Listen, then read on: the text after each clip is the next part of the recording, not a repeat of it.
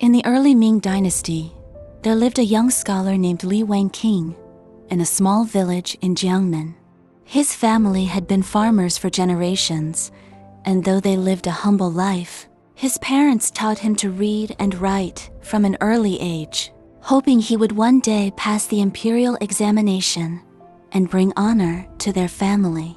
Wenqing was a gifted child with an extraordinary memory that allowed him to master his studies quickly, earning him the title of prodigy among the villagers. He had great ambitions, determined to earn a high rank and lift his family out of poverty, as well as to bring prosperity to the people. However, as Wenqing grew older, he began to perceive the injustices and instability in the world. Corruption was rampant throughout the court. Bribery and power struggles plagued the government, and many officials cared only for their own wealth, turning a blind eye to the suffering of the people.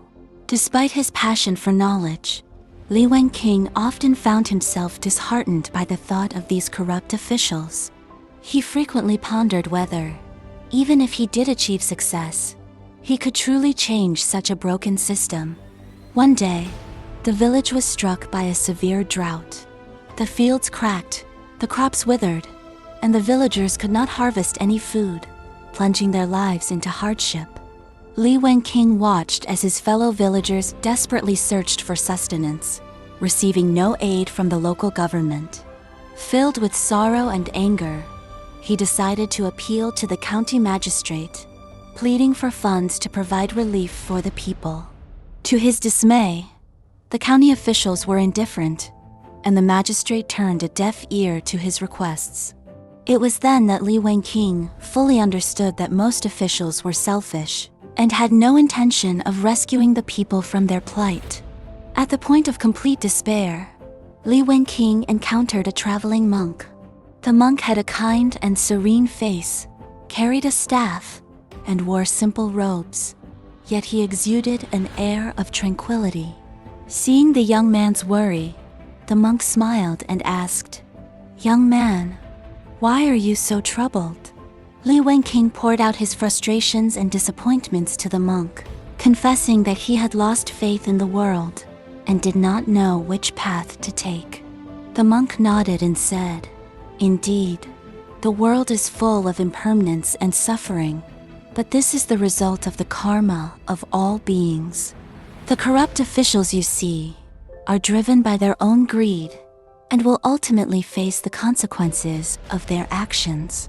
As a person of wisdom, you should cultivate compassion and guide others toward goodness. Instead of hating those who do wrong, why not try to change them with acts of kindness?" Wenqing thought for a moment and asked, "But how can I, an ordinary scholar, make any difference in such a corrupt world?" The monk smiled. "Do you think the government is the only way to change the world? True virtue lies not in power and fame, but in the liberation of the mind. Worldly wealth and glory are as fleeting as passing clouds. Only by cultivating your heart can you achieve true freedom. If you are willing to let go of your attachments and follow the path of the Buddha, you may find a brighter road within the dust of this world." Wenqing was silent for a moment, seemingly grasping the deeper meaning behind the monk's words.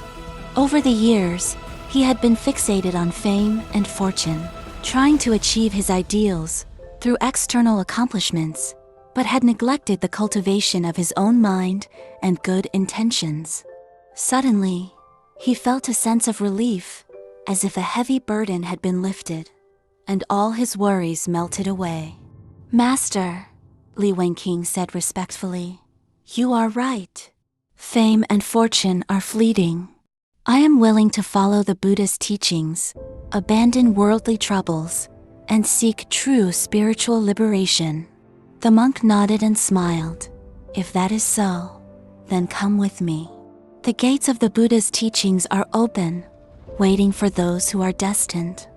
From that day on, Wenqing abandoned all worldly pursuits and followed the monk to an ancient temple in the mountains. He shaved his head and became a monk, taking the Buddhist name, Wukong. In the temple, Wukong diligently practiced, reciting sutras and meditating day and night. He often descended the mountain to help the poor, teaching them to accumulate virtue through good deeds and to practice compassion. Over time, his inner turmoil gradually dissipated, replaced by a profound sense of compassion and forgiveness toward all beings. Years later, Wukong became a renowned monk, known far and wide. Both the poor and the wealthy came to seek his wisdom on life. Through his own experience, he taught them that the pursuit of fame and fortune would never bring true happiness. Only by letting go of attachments could one attain inner peace. He advised people to treat others with kindness, act with wisdom, and integrate good deeds into daily life. Only then could they truly change themselves, and in turn, the world around them.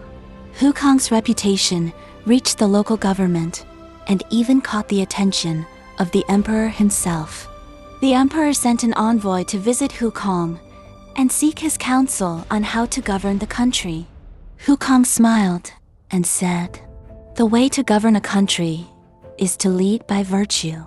If you wish for lasting peace and stability, you must promote benevolent governance and love the people as your own children. If officials can let go of greed and act with compassion, the people will naturally live in peace and the nation will thrive." Deeply moved, the emperor returned to the capital and began implementing reforms, cracking down on corruption and promoting benevolent policies, which gradually brought stability to the lives of the people. Meanwhile, Wukong continued his practice in the temple until he peacefully passed away. His wisdom and compassion were passed down through the generations, becoming a beacon of light for countless people lost in the darkness, guiding them toward a brighter future. This story teaches us that although suffering and injustice in the world are inevitable, each person can choose to face them with kindness and wisdom. No matter the circumstances, only by letting go of attachments and doing good can one find true inner peace and happiness. Wukong's life is the perfect example of this principle, showing us how to maintain serenity in a chaotic world and how compassion can ultimately lead to spiritual liberation.